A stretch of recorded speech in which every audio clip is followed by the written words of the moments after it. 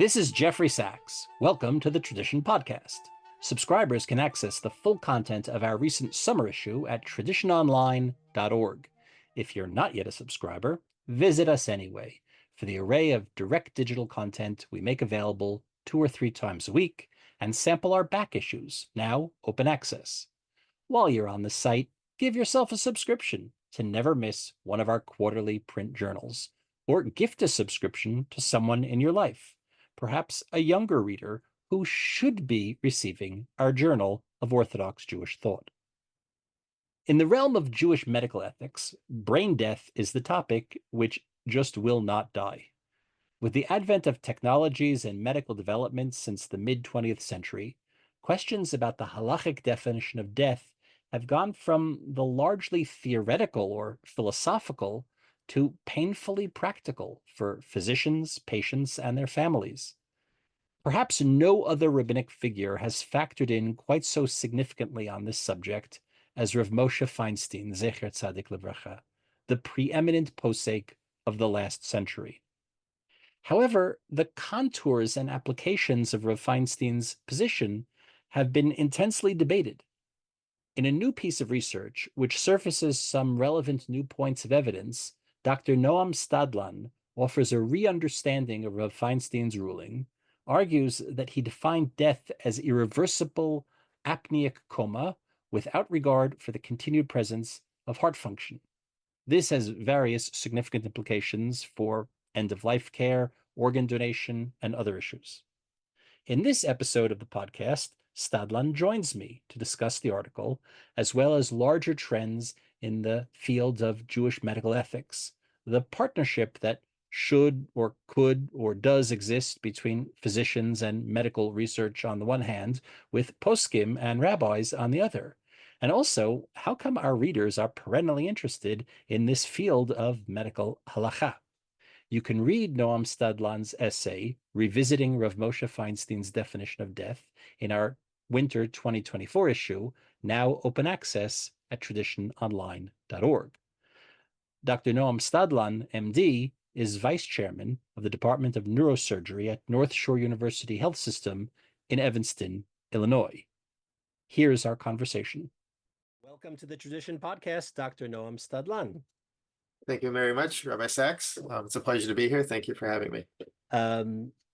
You published a rather long, rather detailed, rather important essay in our winter 2024 issue on revisiting Rav Moshe Feinstein's definition of death. Now, this question of brain death seems to be, the question that will not die. Part of what you're doing in the essay is suggesting that the conventional way of understanding what Rav Moshe's position on this matter is not correct, and you marshal a whole variety of documentary evidence and oral reports, which helps us reframe the understanding of what this is. So, for an absolute layman like myself, who hardly knows how to apply a Band-Aid at need, help us get into this issue, because we do have to understand it both obviously from the halachic perspective, but from the medical perspective, which is of course the expertise that you bring to the table. So just lay out for us, how has Rav Moshe's definition of death been conventionally understood over these past whatever it is 50 or 60 years, and what are you doing in the paper? What position are you putting forth here? So that's a great question. My paper is all about context. So I'll give a little bit of context and we can supply more as we go on. The one piece of anatomy and physiology that's important is that the brain controls breathing. So in order to breathe on your own, your brain needs to work. If your brain stops working, then you stop breathing. And in the 1950s, doctors invented respirators, breathing machines. And so even patients who had no brain function could still be supported. Their hearts could pump, all the other organs would work. And essentially, a fundamental decision had to be made. Is the brain the essence of a human being? And so if the brain stops working, are they dead? Or is circulation in the body or heart function or something else the essence of life? And therefore, anytime the heart is pumping, we should consider the patient to be alive. And so this is a fundamental debate, not just in Judaism, it's in Islam, it's in Christianity, it's in secular medical ethics. And it's a great philosophical question. It's a great philosophical question. And Rav Moshe wrote a number of tshuvot, and as far as I can tell, the first time that someone wrote that his position was that the heart and circulation was the essence of life was by Rav Avraham, who wrote the monumental Nishmat Avraham, and one of the early editions in 1985 or so, he wrote that his understanding of Rav Moshe's position is that as long as there's circulation, as long as the heart is functioning, the patient is alive. And that was his understanding of Rav Moshe. And this narrative, especially in the United States, became very much accepted. And it's been repeated many, many times in different forums. And it takes two different forms. One is a strict understanding, just like he said, that anytime the heart is functioning, anytime there's circulation, the patient is alive, or a kind of, we're not exactly sure, it's a matter of great suffix, but certainly not understanding Rav Moshe as supporting the idea that when the brain has stopped functioning, when the person's not moving and not breathing, they don't agree that Rav Moshe would support the idea that the person whose brain function has ceased is dead. So either they take the position that circulation is always a sign of life, or they're not exactly sure, but they're not taking Rav Moshe to support the idea that brain function is the essence of life. Okay. Now, what are you doing here in this paper? What new understanding are you offering? So Rav Abraham's position is based on basically a textual analysis of what is printed in Igrot Moshe. So if one wants to know what Rav Moshe felt about a certain topic, you open up his book of Tshuvot, and Igrot Moshe has all his Tshuvot. And these were Tshuvot that were written first. Yeah, I think the earliest one is in 1968, and then a few that follow after that. Is that Yes. So he addressed heart transplantation in 1968. And there's 4 tshuvot and a letter that most people use as basically the underlying data to analyze in trying to conclude what Rav Moshe held. And so there's 4 major tshuvot and a letter that he sent, and they're all printed except for the letter. They're all printed in Igrot Moshe. Igrot means letter, and it is tshuvot. And what's problematic from an understanding point of view is the questions aren't printed. And so Rav Moshe has printed his responses, but the questions aren't we don't printed. always know the context in which the question was asked. Exactly. So the questions are missing context. And so Rav Avraham and those who follow his position strictly analyze what's present in Igrot Moshe, but don't take into consideration what the question was, what the factual medical situation was, or other pieces I think are very relevant data. And what I try to bring to the paper is all this other information, which I think provides a different, and I think, in my opinion, more compelling understanding of Rav Moshe's position. And your understanding of Moshe's position stated in a way that a simple person like myself can understand is? So Rav Moshe's position, very simply stated, and he simply wrote this, is that the definition of life is when someone's breathing and having conscious movement. So someone is dead when they no longer respond, and he specifically wrote that. So, for example, not responding when being poked with a needle. He also transliterated into Yiddish the word coma. And so if they're not breathing, if they have irreversibly lost the ability to breathe, so the brain is so damaged that they cannot breathe, or the brain is so damaged that they're not responding, then they're considered dead. I think it's important to note that there's this is a definition as far as how can we decide if someone is dead. There's also a concept, for example, what is the essence of life? And he actually rejected the idea that the brain is the essence of life. He wrote that Chazal did not have an idea that the brain is the essence of life, and therefore he did not agree with that. And so the concept that the brain is the essence of life is something that he rejected, but his definition of death was that someone who's no longer breathing, who's not responsive, is dead. And so that actually maps out to cessation of brain function. Brain function. Okay, so boil it down for us. As we say in the Beit Midrash, lemay nafka mina. What would be a practical application of this difference of opinion between what I earlier called the conventional understanding, the position, I guess, put forth by Dr. Avraham, and your reading of Rav Moshe? So the obvious implication is organ transplantation.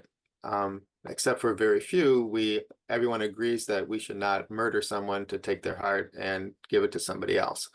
And so if we believe that someone whose brain has stopped functioning is dead, then their heart is still functioning, their liver is functioning, their kidneys are functioning. We can retrieve organs from this body and transplant them to somebody else.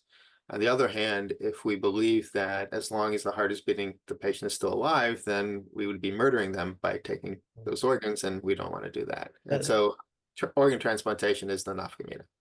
That's of course like a perfect classic textbook demonstration of how to explain this concept of nafka mina, of the practical halachic difference, the whether you're going to reach conclusion A or conclusion B, because it's not really the difference of whether or not the food in front of you is beremin emazonot or shakol bidvero, but it's the difference between the very greatest mitzvah in the world of saving another person's life and one of the most severe prohibitions of murder. It's as a litmus test. It's so simple, but one imagines that in reality, when faced with a tragic circumstance, we don't get to this question without some tragedy lying before us. It's really not so simple, and that, I guess, is the work where the work of rabbis and the work of physicians, really do intersect on the individual plane of treating actual patients and not discussing cases in the more in the abstract. One of the interesting things about Rav Moshe Feinstein's canon of tshuvot, after all, he was the most significant halachic figure, in the United States and in the world throughout, much of the mid and latter part of the 20th century. It was, he really did have this very, very, very deep engagement with this realm that I'll call, for shorthand, medical halakha, or Jewish medical ethics. Now, part of this is, he was blessed with a very devoted and dedicated son-in-law, Rabbi Dr. Moshe Tendler, who, readers of tradition will certainly be familiar with, who was, in addition to his own role as a Rav, was himself a physician, and certainly tried to direct certain questions to Rav Moshe, and certainly tried to engage Rav Moshe in dealing with this. But looking altogether at Rav Moshe's contribution to this field, how do religious physicians such as yourself, look at that legacy of Rav Moshe's contribution to medical halacha? So let me answer that in a quick second. I just want to make a quick correction. Rav Tendler was a PhD microbiologist. He was not a physician, but he was a integral part in all the medical halacha of Rav Moshe that was published and disseminated. So we'll give him an honorary MD. So Rav Moshe, his initials were MD. His initials were MD. But the ones that came before his last name, not the ones that came after his last name. Right. So Rav Moshe is one of the giant, obviously his stature as a posek. He also was one of the first who addressed these medical ethics questions in depth and in real seriousness. And you can see from his tshuvot, and I can see from the research, that he really spent a tremendous amount of time and effort to understand the questions, to come to thinking conclusions. And his legacy basically is all the tshuva that he produced. The crucial tshuva in this particular topic was circulated to the Medical Dental Association of the Association of Orthodox Jewish Scientists. So there's this group from doctors and dentists that met, and they would have questions, and they would send the questions to Dr. Fred Rosner, Alav Shalom, who unfortunately passed away this week. And Dr. Rosner would talk to Rav Tendler, and Rav Tendler would talk to Rav Moshe, and then the answers would come back. And so all these tshuva on specifically practical matters that halakha lama says we talked about, these were published, and so some of them made it into Igrot Moshe, some of them made it into the volumes of Practical Medical Halakha. And so Rav Moshe has this great legacy of not just being a theoretical posek and publishing theory and nice thoughts, but really what to do in specific situations and practical guidance for the physicians and medical professionals who really want to know what the appropriate thing to do is. I mean, that sense that he took responsibility for the Jewish people is evident to anybody that's spent any time with the Igrot to Moshe. But you mentioned Dr. Fred Rosner, and we're recording this during the week of his Shiva. Listeners may be hearing it a little bit in the future. Fred Rosner, of course, was, besides contributing very, very many pieces to tradition, which can be found in our archives, it was one of these giant figures in this realm of Jewish medical ethics and halakha. I saw today one of his children posted online all of his books lined up, in a row. It must be about, I don't know, like a 6-foot library of his contributions to this literature of Jewish medical ethics and halakha. So you mentioned his name and his role in the Association of Orthodox Jewish Scientists. And how questions arose and were presented and were answered and were disseminated. But that's actually part of the story here behind your essay. It involves a little bit of detective work. It's a page turner in that regard. So tell us a little bit about how you came to these conclusions and the research that went into it. I know just from my very pleasurable work with you, the author-editor relationship, this was a long process. This article was a long time in the making, and it began long before it came across my desk. So tell us a little bit about that process and how you came to start thinking about this and how you came to your conclusions and the evidence that you gathered. The main tshuva of Rav Moshe's that addresses a definition of death was initially circulated to the Organization of the Association of Orthodox Jewish Scientists in 1976, and it was published along with other information, which I'll get to in a quick second, in the second volume of Practical Medical Halakha, which looks like this. Most people do not have this. You can see it's a flimsy pamphlet. The third edition came out with, most people have this one, which of course has Dr. Rosner's and Rav Tendler's names on it. But the Association of Orthodox Jewish Scientists asked Rav Moshe about the definition of death and among other questions. And essentially every month, Rav Moshe, through Rav Tendler and Dr. Rosner, would send out a mailing to all the members, and it would have, here's what to do with this situation, here's what to do with that situation. In 1976, they sent out a special mailing that, again, was published in the second volume, and it basically had a handwritten tshuva from Rav Moshe. It had a authorized explanation from Rav Tendler, and then explanatory notes from Rav Tendler. And essentially, in the explanatory notes, it states specifically that continued heart function is of no halachic importance. And so this essentially, if you're trying to decide, does continued circulation and heart function have halachic meaning? Here it says black on white that it does not. And so unfortunately, not too many people have the second edition, and it's not printed in the third edition. I was able to find some of the original mailings, the Association of Orthodox Jewish Scientists. These are mimeographed mailings that would be sent out to a membership list, like some people of a certain age and above will remember. Right. I was actually trying to think of how exactly, if the copy machines were around or there was a mimeograph where you had turned the crank. But the archives are actually housed at the Aguda office in downtown Manhattan, and Rav Moshe Kolodny very kindly allowed me to come look at the archives, and I found not the original, but one of the copies of what was sent out in Rav Moshe's handwriting. A notation that Rav Tendler's translation was authorized, and there's a signature that it was authorized by Rav Moshe. And so the archival data there is very nicely clear, in my opinion, on what the accurate understanding of Rav Moshe's position is. What makes it unclear, and to defend those who give a different understanding, is that in the tshuva itself, heart function isn't mentioned. So if all one has is just the tshuva, not the question, not the explanatory note, not anything else, one can come to the conclusion that he didn't mention heart function because he just assumed that heart function was gone when he's starting to list his other criteria to decide if somebody's dead.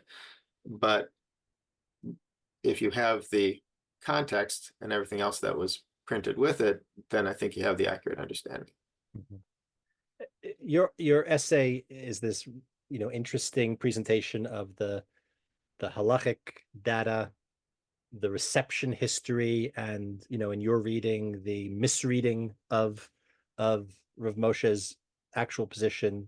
It's this detective story, as I said, how you try to recover some of this these lost pieces of evidence to come to your new conclusion. It is not, after all, a psak halakha.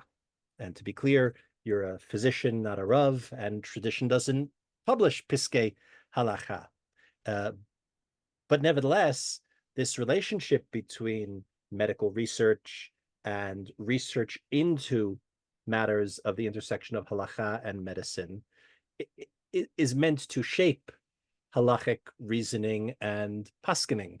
So how do you see, what you've done here as having an effect? What would you like to see the result of the long labors you put in to having your piece brought to light in Tradition, a Journal of Orthodox Jewish Thought be? So you're 100% correct. I do not have smicha. I am not giving a psak, obviously. I think there's two parts to this. The first question is, what is Rav Moshe's psak? And that's a matter of fact. And I think I have established, and again, to my mind, beyond a reasonable doubt, what Rav Moshe's psak is. And so for those who value or Rav Moshe's psak or feel that they can follow it, I think there's guidance there.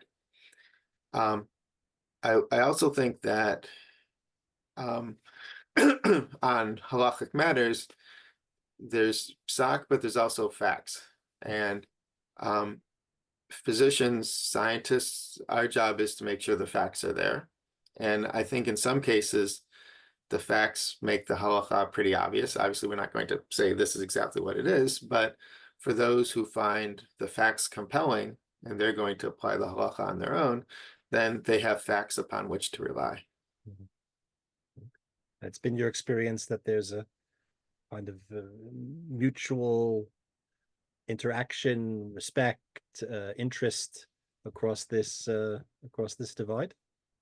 For the most part, I think that Rav Moshe actually, I think, is a great example. And in the paper, I bring one of his early tshuva that didn't make it into Igrot Moshe, but was sent to the association.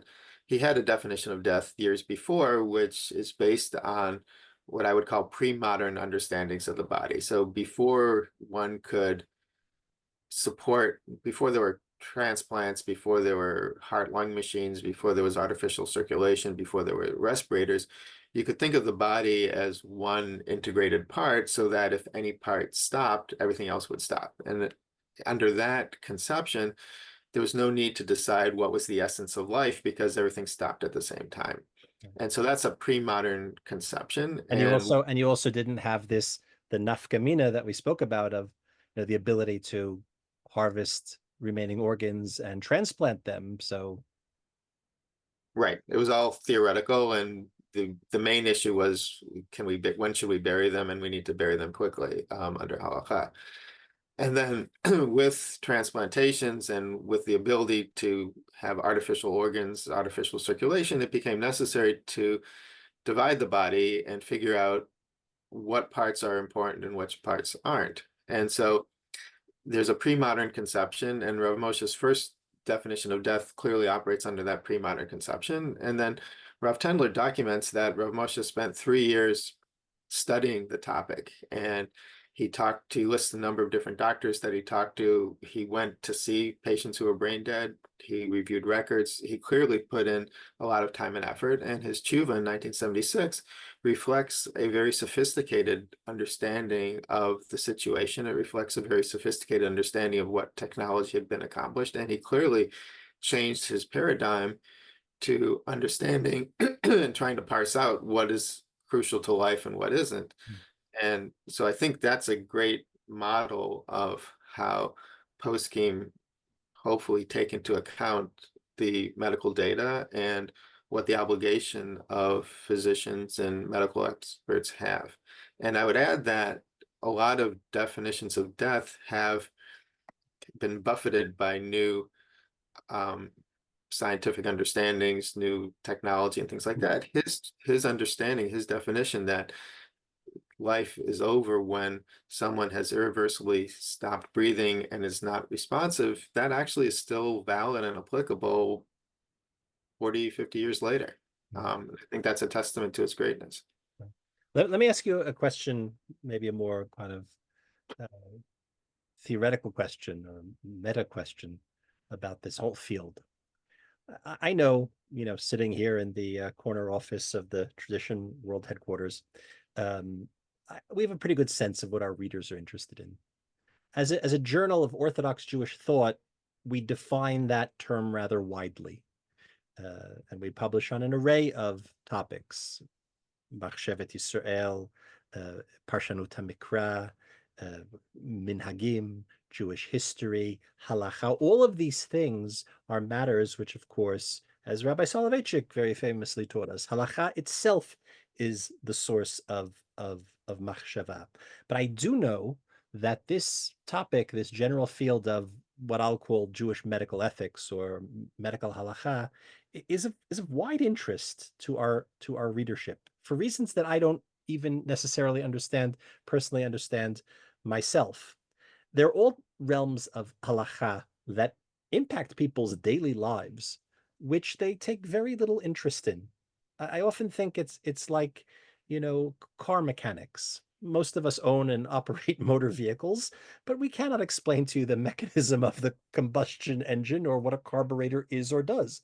You turn the key, the car works very nicely, unless it doesn't, and then you call AAA. Mashallah mahadavar domeh, the halakha works. Most of us consume kosher meat, beef and poultry and whatnot. We understand there's a whole realm of halakha, from farm to table, as it were, from the time the cow is walking around saying moo, moo, moo until the time that it appears in my hamburger. Now we know that there's shrita and the blood has to be salted, and there's a whole issue of trefot and animals which can't be consumed and things like that. But we don't think about that too much. As long as it shows up in saran wrap with an OU on it, that's good enough. That's good enough for us. And most people are blissfully unaware or woefully unaware of, the halakha that has to be interacted with until it shows up on my plate. But that's not true for medical halakha. Thankfully, most of us, the average person, thankfully, does not encounter brain death. Right? Perhaps you have certain statistics at hand, but most people do not. Most people in the course of life lose relatives, and some of those relatives, are in the hospital, for a period of time before their death, and certain questions have to be answered, and God forbid you should be forced with them. We don't We don't envy you, and we don't envy your caregivers that have to be there at that moment, and we don't envy your rabbis who have to help you navigate these circumstances. It's a reality of life, but not for everybody. But yet people seem very interested in this topic. People seem very interested. I mean, I can't imagine how many articles there are just in our archives alone about the specific topic of brain death, to say nothing of the very, very, very many other topics in medical halakha. Why do you think this is? Why do you think that people, that our readers are interested in this array of topics in such an engaged way? So I think there may be three reasons. One is that it literally is a matter of life and death, and it allows us to think about what life is, what death is, what's kind of the essence of life. And it allows us to think about it in a little bit of a non-threatening way. In other words, we're not confronted with it right away, so we can think about it without having, personal stake in it.